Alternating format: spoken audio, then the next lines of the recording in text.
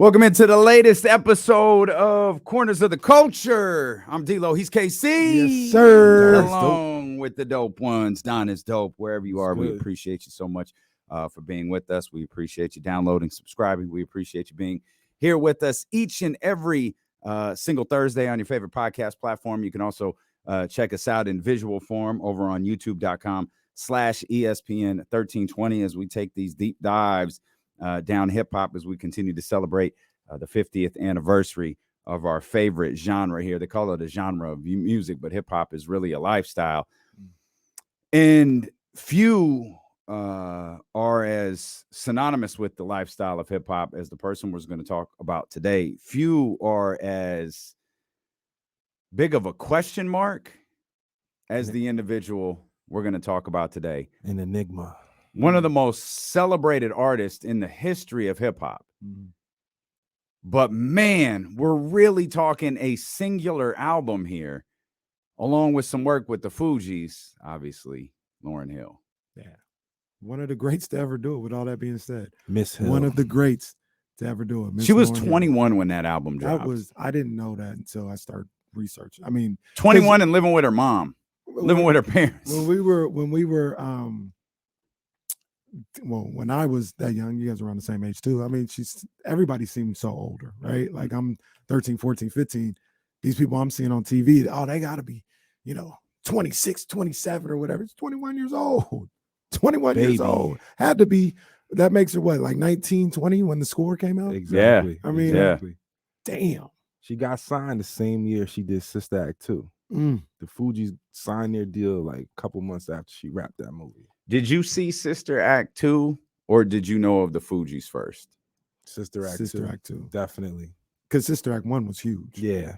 Sister Act 1 was a big movie. Yeah. And, they coming out with a second one and Back in the Habit. That's just a classic. Yeah, man. And she pops in that movie. Absolutely. Like she stands out in that movie, even all these years later. Of course, it's a little more. It's obviously it's magnified now. Even then, in real time. Did you guys see the footage of her at Apollo? At 13 years old. Yeah, I had never seen it. Yeah. And she's getting booed out there. Going this little 13-year-old girl. But she finished strong. She finished strong. And she made it through. And it's weird though, like that, like I don't know if it was a precursor to her career, but it was definitely, I don't know the word I think of when it comes to Lauryn is duality, just duality in almost every sense. Like here is this, just young, lofty, just genius, musical genius, who has these, just amazing gifts and this pure honesty. But like when you think about when she popped, like she blew up at like the cornerstone, the intersection of like consumerism and like just when like the early 2000s after Pac and Big died, the only other female MCs are Lil' Kim, Foxy Brown. She was like the antithesis of that. But then it just got, real. I don't know. I wonder there's so many different things to dive into with that part, kind of her fading away. Yeah. But I think we got to start with, did anyone rock Blunted on Reality? Mona Lisa, can I get a date on Friday? And if you're busy, I wouldn't mind taking Saturday. Hey, that was on that. That was the remix. I can't think of the name of that song though. The one. That was literally the only one. Yeah. And it's nothing like the score. It's nothing like the Miseducation. It's nothing like we'd hear from any of those three individuals as time went along. It was just kind of like a standalone where I think they've all admitted they weren't really being themselves on the album. They were trying to conform to what music was at the time.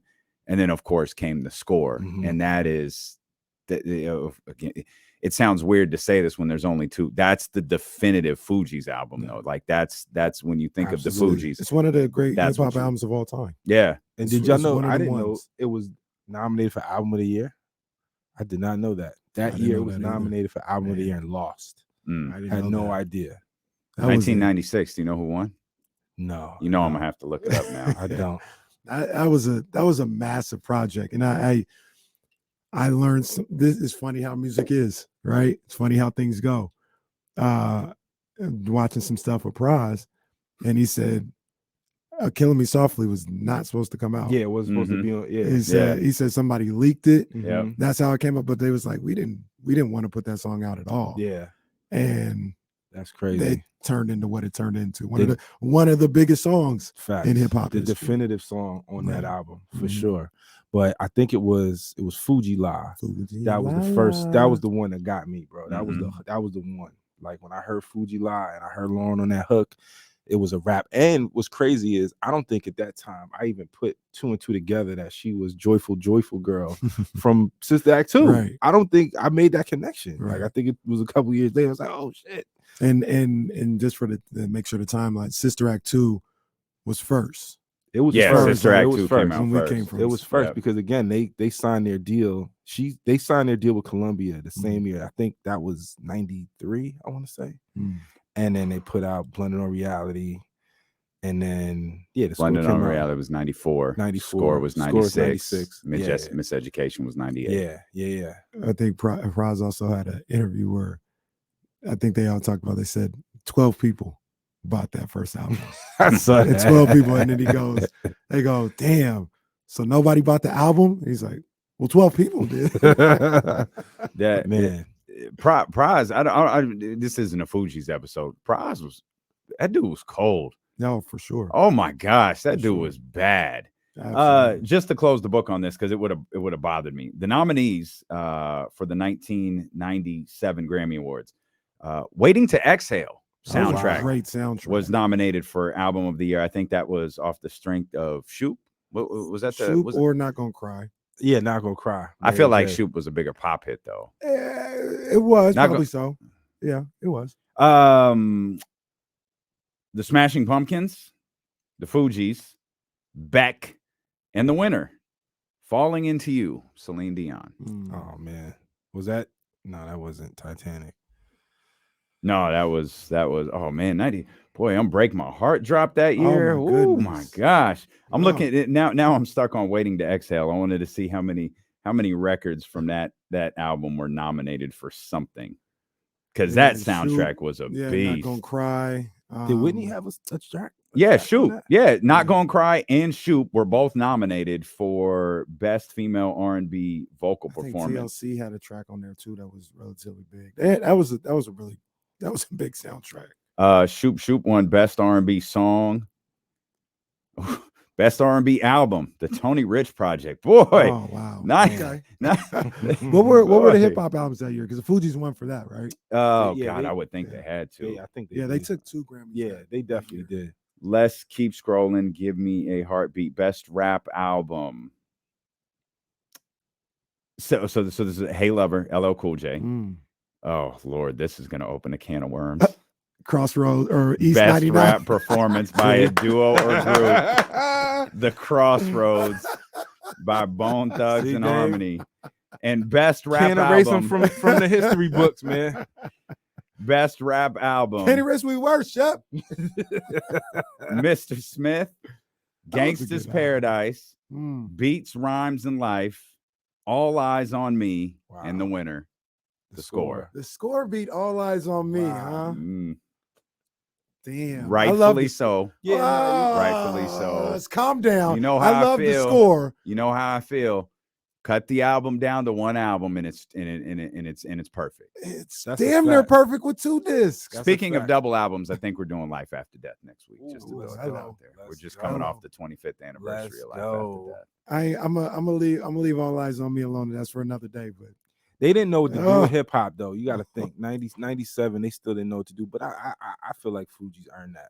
Like, they definitely That's- earned it. They it- definitely earned it. Yeah. you know, it was a formidable opponent though. You're not gonna lie. That was Yeah. probably, they were both definitely deserving of it. But the score was incredible. How much did y'all know about her relationship with Wyclef? Very little. I didn't know. Until I didn't know did. nothing about it. Very little. I had heard rumors. I didn't want to believe it though. Mhm.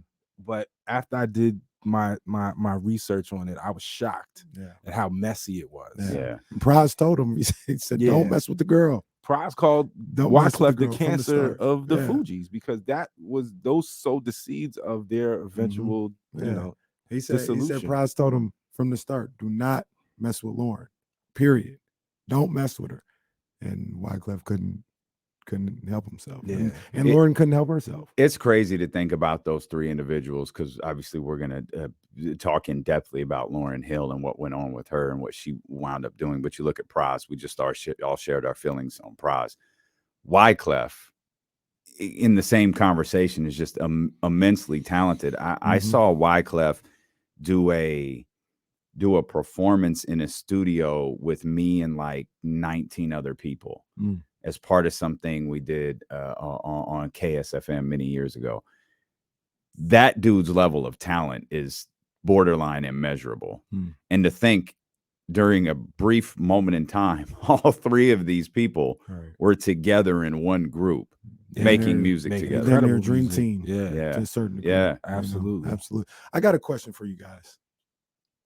I got a question. I got an answer myself, but I want to see what you guys got to say. I always do this like on the show. Miseducation of Lauryn Hill. Is that a hip hop album? Yes.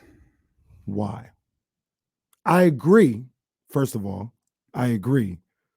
But why? And I'll play devil's advocate and say it's definitely not 50-50 hip hop and singing. It's probably closer to 70-30 singing to hip hop. 70-30, 70 singing, 30 hip hop. She does just enough on that album for you to say, yeah, it's a hip hop album. But I agree with you. I look at it as a hip hop album as well. I don't think it's a hip hop album. I think we look at Lauryn as such an incredible rapper.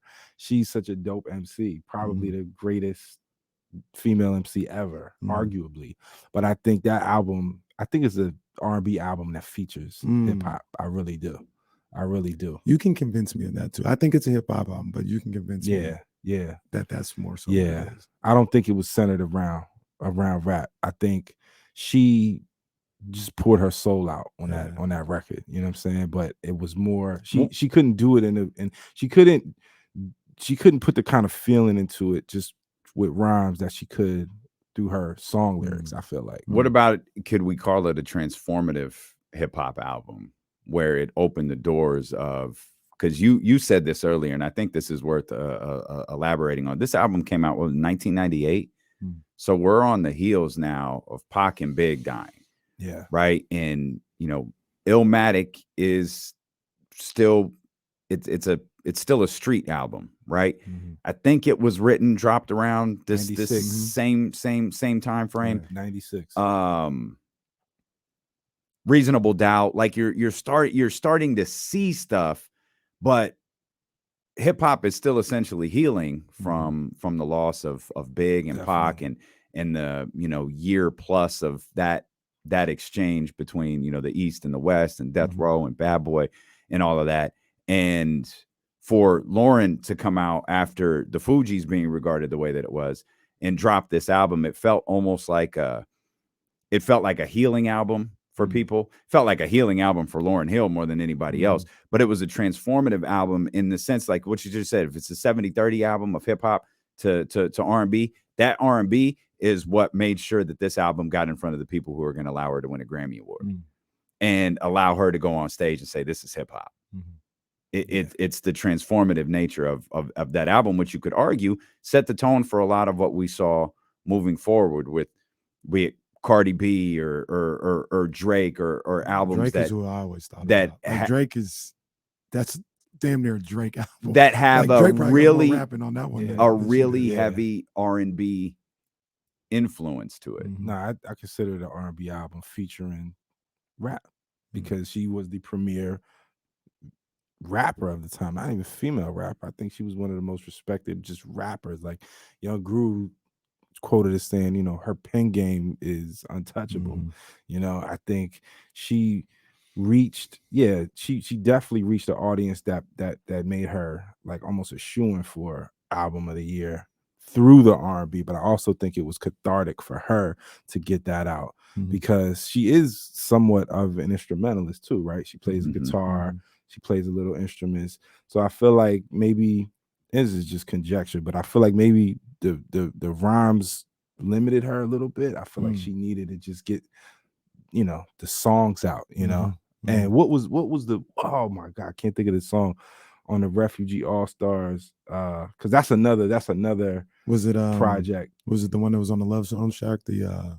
Yes. Sweetest thing. That's my Sweetest joint. Thing is like a precursor. Is a precursor to Miseducation. Absolutely. I think I'm thinking a doo-wop, right? And how that was such a pop hit, but when you strip it down, it's a hip hop record. Like she's rapping on it. That's what she's doing. Yeah.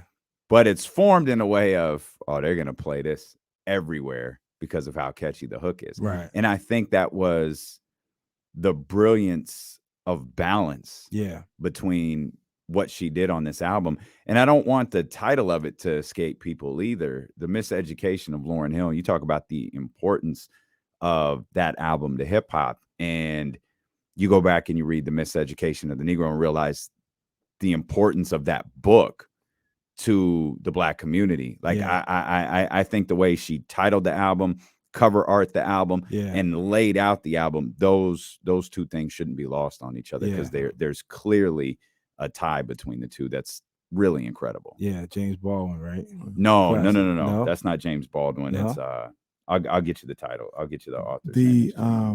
One of the interesting things about Miseducation as well is I have somebody really close to me that doesn't see the album the same way everybody else does. Really? Dr. Carter Woodson, by the way. Dr. Carter Woodson. A person who I respect their opinion, they're a music connoisseur. They're like, that's not what I was looking for from Lauryn. When Fugees happened and Fire Ruled, all this stuff, like I wanted Fugees Lauryn.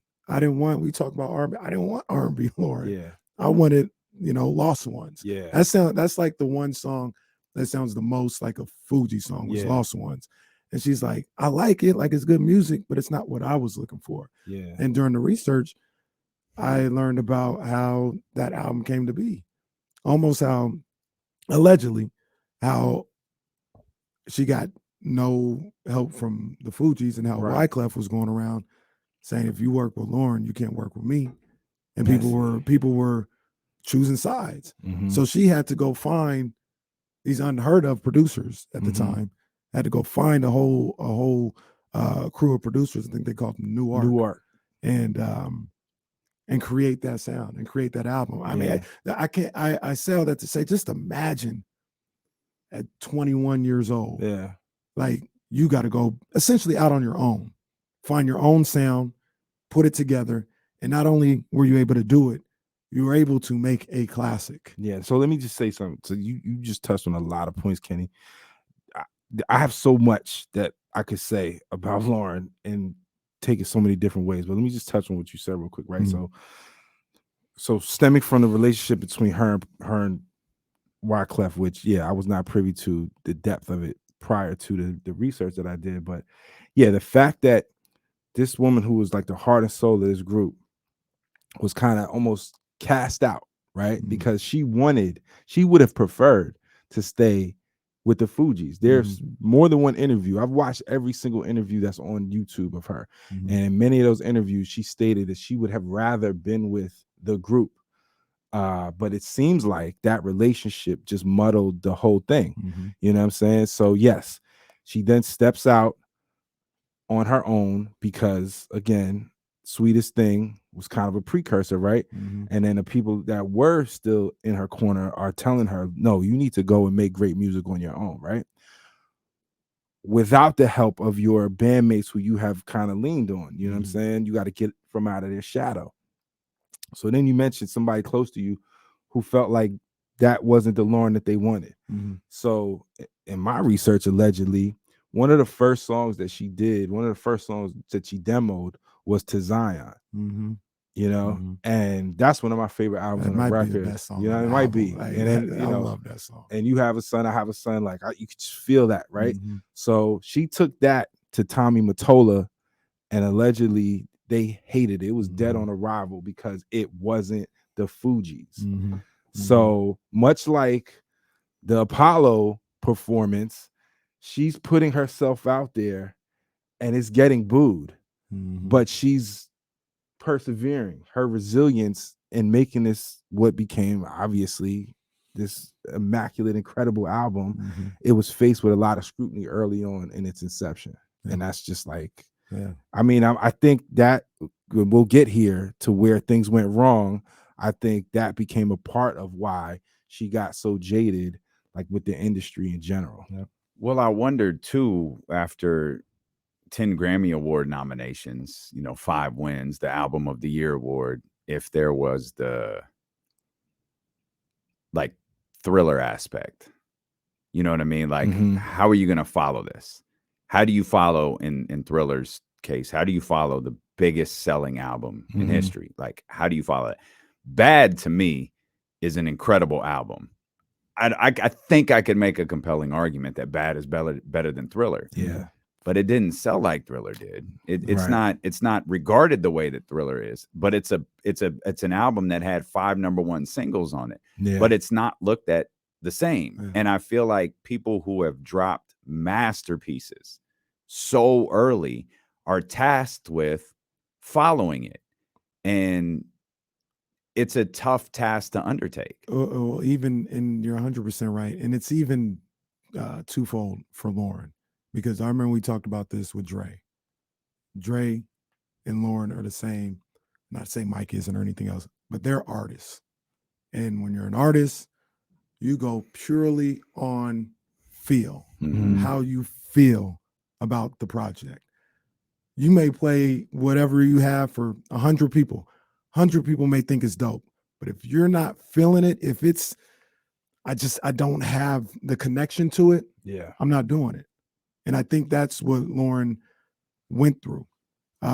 She talked about how, you mentioned it, she talked about it, how she poured her life experiences into Miseducation, what she had gone through relationship-wise, growing up as a young girl and in the industry, just in life. She poured her heart and soul into that. And when it came time to make another album, she's like, I don't have the experiences no more. Exactly. Like, I gave you every experience I had in life up to that point in Miseducation.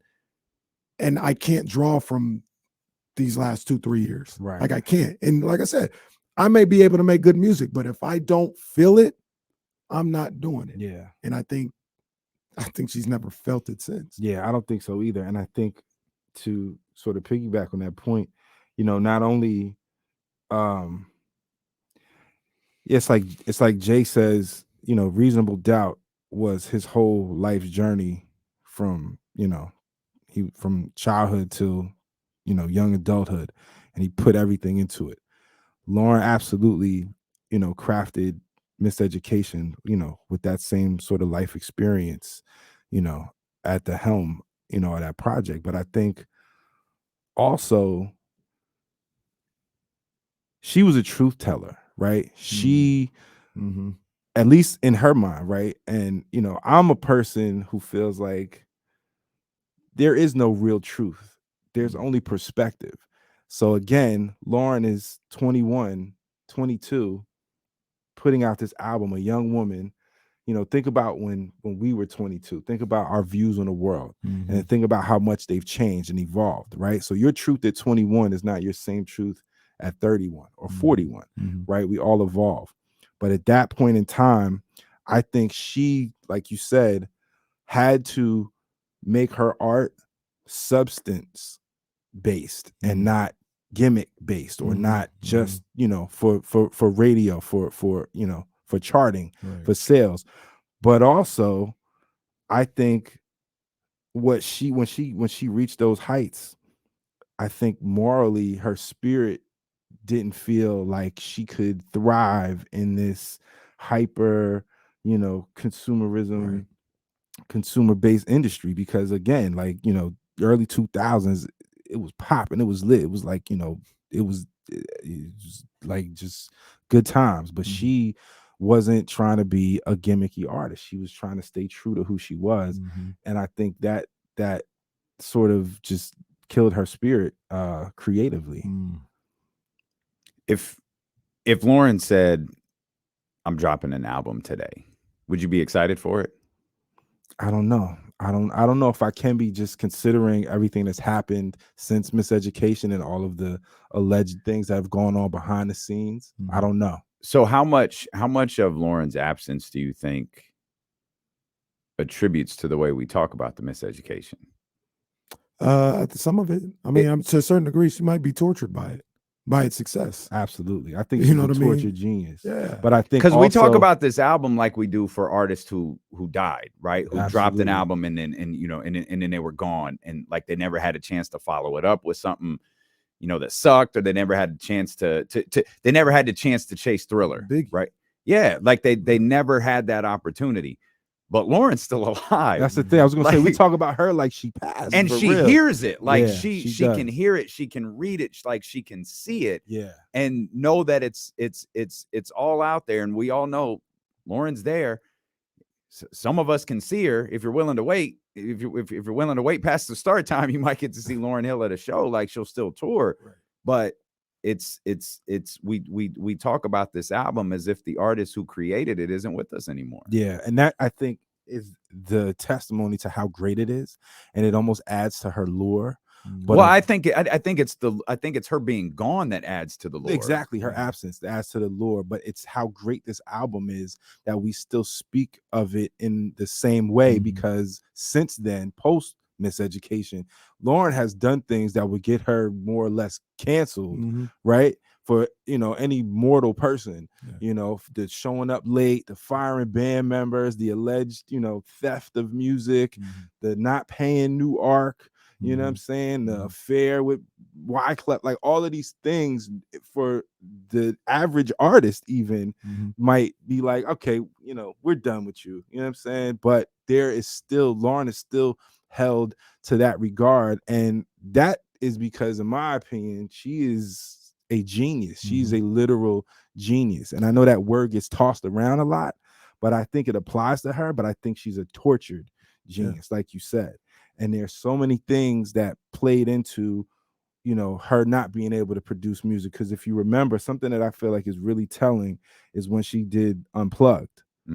The Unplugged was very telling of where Lauryn was post Miseducation. So right when she did, oh man, what is the name of the song? Is it For Peace of Mind, To Find Peace of Mind? When she breaks down and she can't finish the song. Yeah, I believe it's To Find Peace of Mind.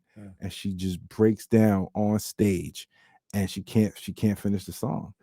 And I think that was the beginning of her sort of removing herself completely. Because I feel like, as an artist, if you're an artist of that caliber, it's in you. You want to do it no matter what, no matter where you reach, no matter what heights you reach in life. But yeah, if it doesn't feel right, if it's not authentic, fine. But you still have the desire. But I think there were so many other factors, and dare I even say maybe some mental health factors, like some anxiety, or maybe even some imposter syndrome, if you will. If you're familiar with that term, because as artists, we go through that. We're our hardest critics. But I don't want to blame it. A lot of people look at, the failed relationship with Rohan Marley.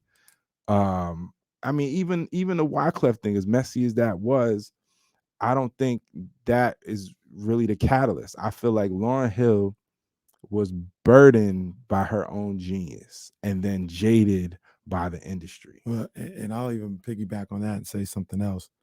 One of the things I specialize in, all right, I specialize in this. I see stars, right? I see that's, I don't know how talented you are or how true you are to the game, but you're a star. Like, I know you're a star. Lauryn Hill was put on this earth to be a star. She was God gifted. She was a star by nature. I don't think she ever wanted to be a star.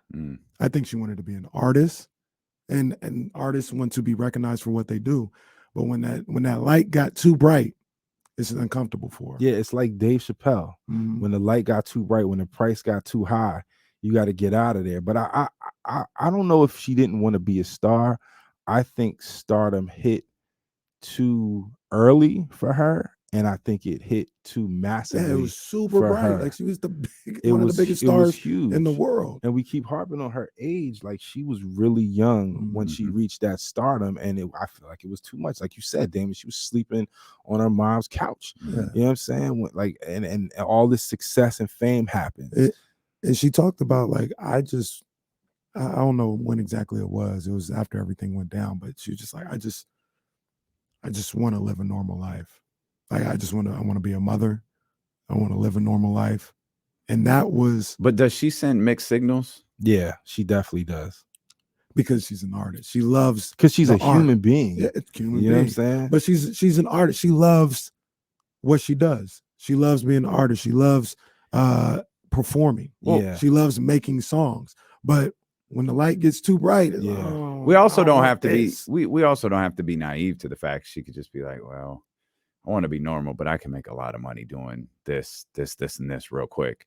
Mm-hmm. Just knock these days. I'm gonna go to. I'm gonna go do these performances at these like random spots. I'm gonna go do these. I'm gonna get that paycheck, and then I'm gonna go back to being normal. Yeah. And then next year I'm gonna go perform again a couple of times, and then I'm gonna go back to being normal. Be 2 hours late to the concert every time, and make people call me Miss Hill and not look me in my eye. Mm-hmm. And, fire bandmates the night of in the city, that day. And, like say that, you don't have an ego, but do things that are very. And it's the mixed signals thing. Egocentric. Like, yeah, for sure. I always, we were talking about it a little bit. Looking back now, hindsight is 2020, but it's kind of clear to me, Lauryn Hill was never meant to be here forever. As far as like in our music lives, new music all the time. Mm-hmm. I don't think she was ever meant for that. She was meant to be here for that time and period she was here. And that's that. It's different because clearly it's not what happened, but it's what we talk about with Death Row. Death Row wasn't meant to be here forever. It was meant to be a time and place in music and hip hop history, but it was never gonna like. I look back at Lauryn. The way I feel she's wired, she's never meant to be here 20 years putting album after album out, all this other stuff. That's not how she's wired. And it's the what if, like we do this in sports all the time. Like, what if this athlete didn't get injured? What if they didn't get traded? What if this didn't happen? Or what if that didn't happen? Like that's Lauryn Hill. Lauryn Hill is what if. And I think it's the burden, and Don, you can attest to this, of an artist, right? Always trying to top yourself and be better than you did before. And the Fugees, The Score, was a massive album, and she was able to top it with the Miseducation of Lauryn Hill. And the thought of having to do that again, like I think about your work and the stuff that you did for Spike, and thinking, I got Spike Lee hanging this stuff outside 40 acres, and so I got to come up with something better than that. I got to top that for this artist. I got to top that for this artist. Like it's a burden that creatives like yourself, like Lauryn Hill, have, that I think a lot of people can't fathom. And the flip side to that is, you think about someone like Eminem, like the Slim Shady LP was for what like, it's not my favorite, but I know how it's revered and loved. The Marshall Mathers LP it's phenomenal. One of the greatest albums ever. If it ended there, how would we talk about that album? But I think we talk about that album a little differently because he dropped some bullshit after that. Like he dropped like 3 or 4 albums that are just like, oh, this sucks. And then he dropped some great ones in there too, but nothing ever touched that again. And it's just a burden. And he there's a, he writes about that. In fact, I think he wrote about it on the Marshall Mathers. Nothing's going to be able to top what my name is. It's just a crazy burden that these artists live with. And to real quick to follow up that point, it's so unfair. Because like, no doubt, who am I to say this shit is trash? You know what I mean? Like I may not like it, but when they put it together, man, I love this. I put my all into this. I love this song. Anything Eminem, I love this song. And then I come out and as a consumer, I'm like, that's whack. Man. What? That's not fair. Like, I'm a Cancer. I'm all about fair, right? Like things have to be fair. That's not fair. Yeah, it's not. For us to sit up there and say something is whack just because we don't like that song. Yeah. That don't make it whack. Nah. and you said it, Damien, when you're not a creative, it's real easy to critique something when you don't understand the process and pouring your heart and soul into something and it not being received well. And even worse, when you do something that hits and having to top yourself, right? Mm-hmm. Because you hit it on the head. Like, yeah, Spike has my stuff. Barack and Michelle Obama have my work. Not bragging. I'm just saying these are things that were bestowed upon me, right? But lesser known people, I'm stressing about every time I sit down to work. I'm like, this has to be amazing. Mm-hmm. You know what I'm saying? Just because I'm giving you my all, right? And I want it to be authentic. I want it to connect. I want it to do everything I intended to do. And if it doesn't, it's just like, oh, it's just such a heartbreak. You know what I'm saying? You don't want to invest so much. I want to divest. I want to be like, just here, take this and just keep moving. But if you're a true artist and you pour yourself into what you do, that's damn near impossible. Now, Lauryn has gone on record to say she didn't feel pressure. There's like 2 interviews where she's like, yeah, I didn't feel pressure. I felt liberated because I could, walk away and do the family thing and, live my life. But I don't believe her. I feel like she did feel pressure, but the pressure on top of the burden of having to outdo herself, but just do it in an authentic, truthful way. And I don't think, I think the type of artist she wanted to become, to some people, it became kind of preachy a little bit, it became very much about her faith. And I'm not here to knock anybody's faith. Believe in what you believe. If it works for you, great. But if you feel like without, something faith-based or without being able to be sort of like Bob Marley in a way, like almost like on an evangelical crusade to spread your truth, I don't think she felt like she could do it in a space where it would be received, right? Because like even in that same Unplugged, she like the songs weren't, I don't know if y'all remember the songs, but they weren't that great. They were kind of half-baked kind of ideas, and a lot of them were very like preachy, very religious based. And she's even said like she doesn't feel like she's done anything without God. So like I just feel like she was being pulled in so many different directions, and she felt like something was missing. Something was missing. She even there's even like she was with some guy who was almost like a cult leader, Brother Anthony. You read about that? Like I had no idea she was going through all these things. Praz was like, yo, that was a wild. Praz was like, yo, and if Praz say you wild, or you really, if Praz says you wild, you really on one. Yeah, man. Yeah. So my heart goes out to her, just being a creative, and being a human. This shit ain't easy, man. Let me ask you guys a question here. We have myself and Damien. We have a sports show, ESPN 1320 here in Sacramento. D-Lo and Casey. We talk about the NBA, and we talk about all NBA. And this year, Damian Lillard, Steph Curry having phenomenal seasons, but they're gonna play. I don't know what I was never good at fractions or whatever. Games, yeah. 2/3 of the season or something like that. So we're like, man, can they be all NBA? And they only played 2/3 of the season or whatever because of load management. Those two were injured. Got hurt, whatever. It just wasn't around.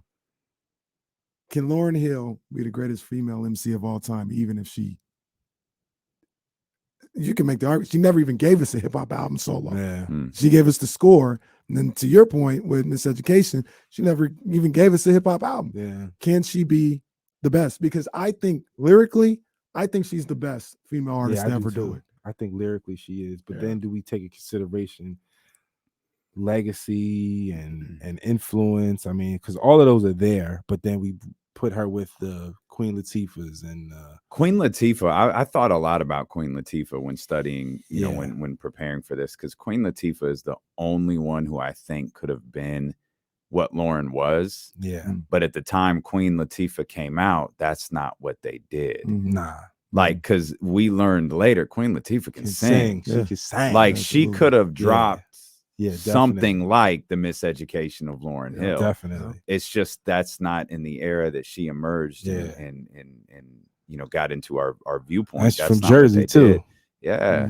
Yeah, that's right. Yeah, both of them. Yeah. That's So Queen Latifah ran through my mind a lot. I think you think a little bit about Missy. Yeah, and what Missy Elliott was able to do absolutely. with her singing and the way she puts to answer together. I think the answer to your question, in my opinion, is yes. She did enough. I think the answer is yes, because it's not how much she did; it's what she did when she was here. Yeah.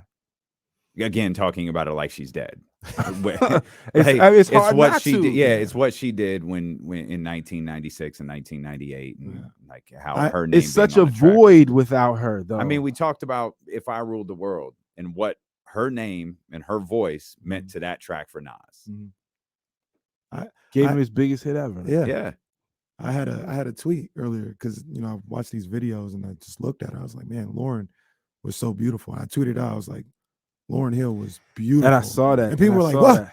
Wait, what? Where's she? Is she gone? Yeah. Is she gone? I was like, but you understand it. Like you haven't.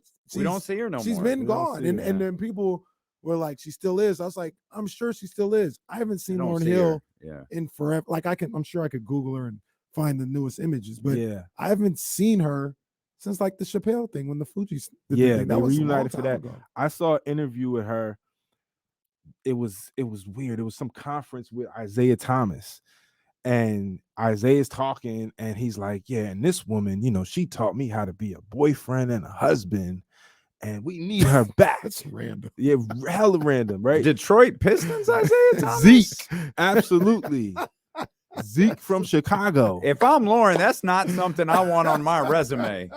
And then here comes Lauryn in a Balenciaga jean jacket and low C's and no makeup, and speaking very eloquently about youth empowerment and but it's like she's almost like an urban legend almost now, but to expand on your point about her being beautiful, right?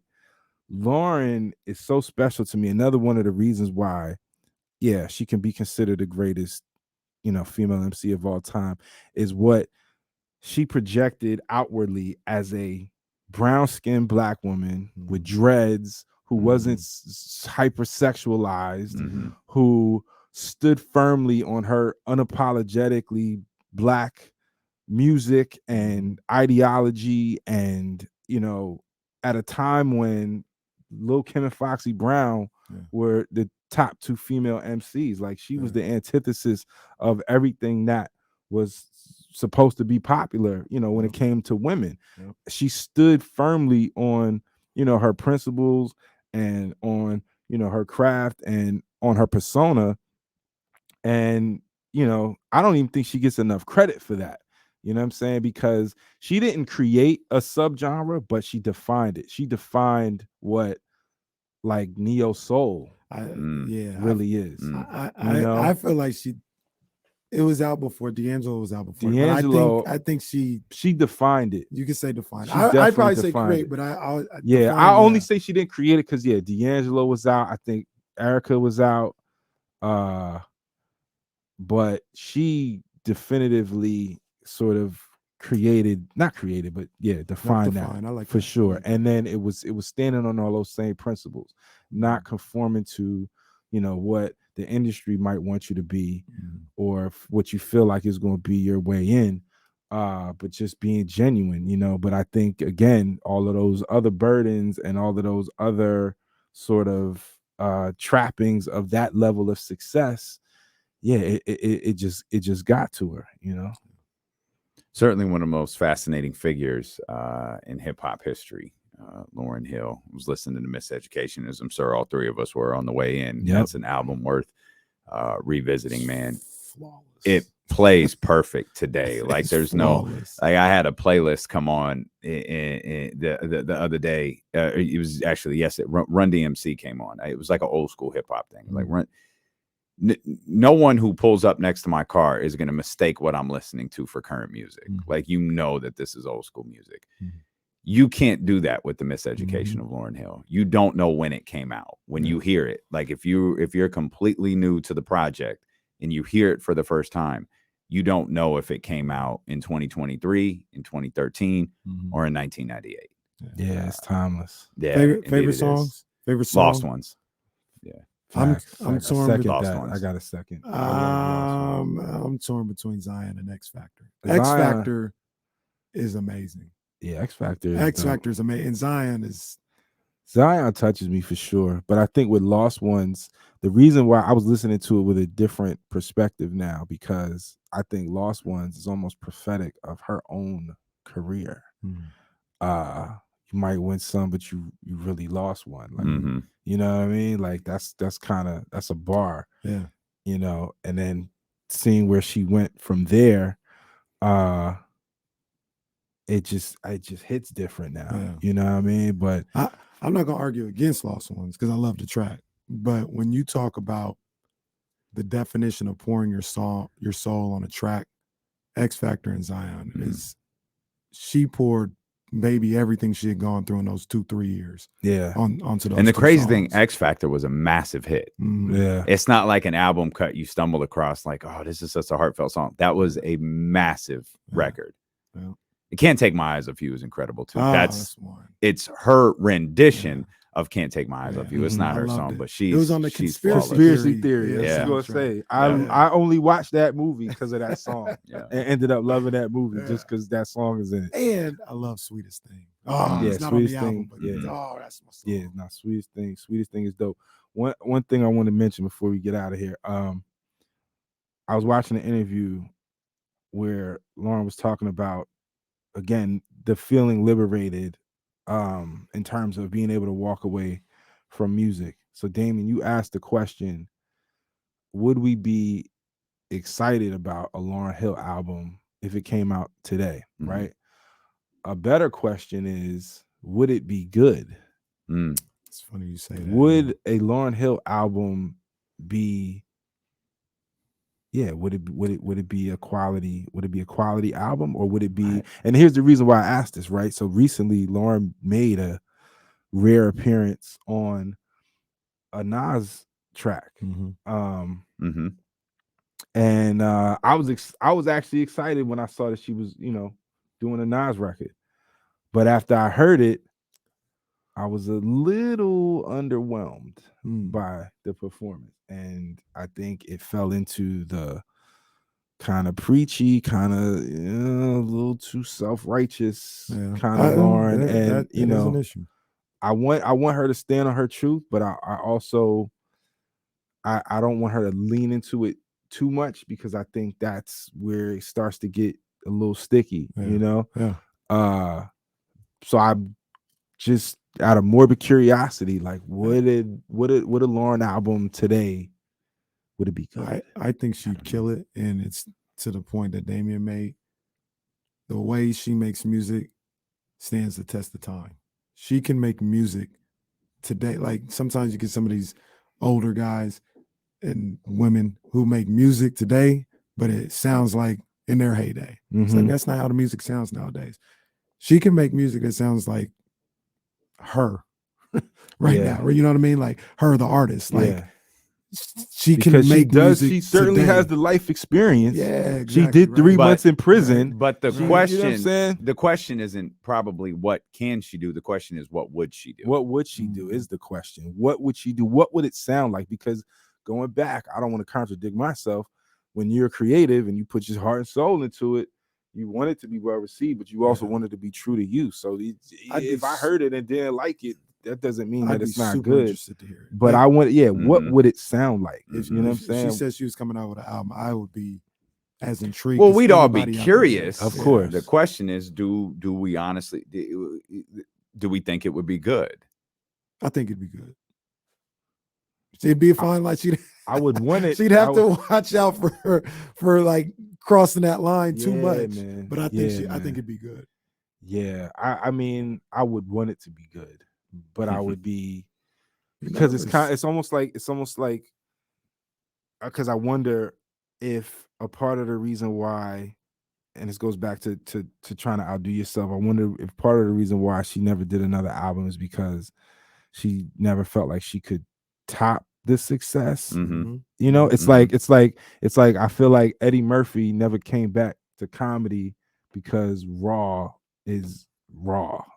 You know, Yeah. how do you top Raw? You talked about Chappelle earlier. And it's hard to go do all of that stuff that he did and then to come back and go do comedy. You poured your heart and soul into comedy for so long. Then you go away to make movies.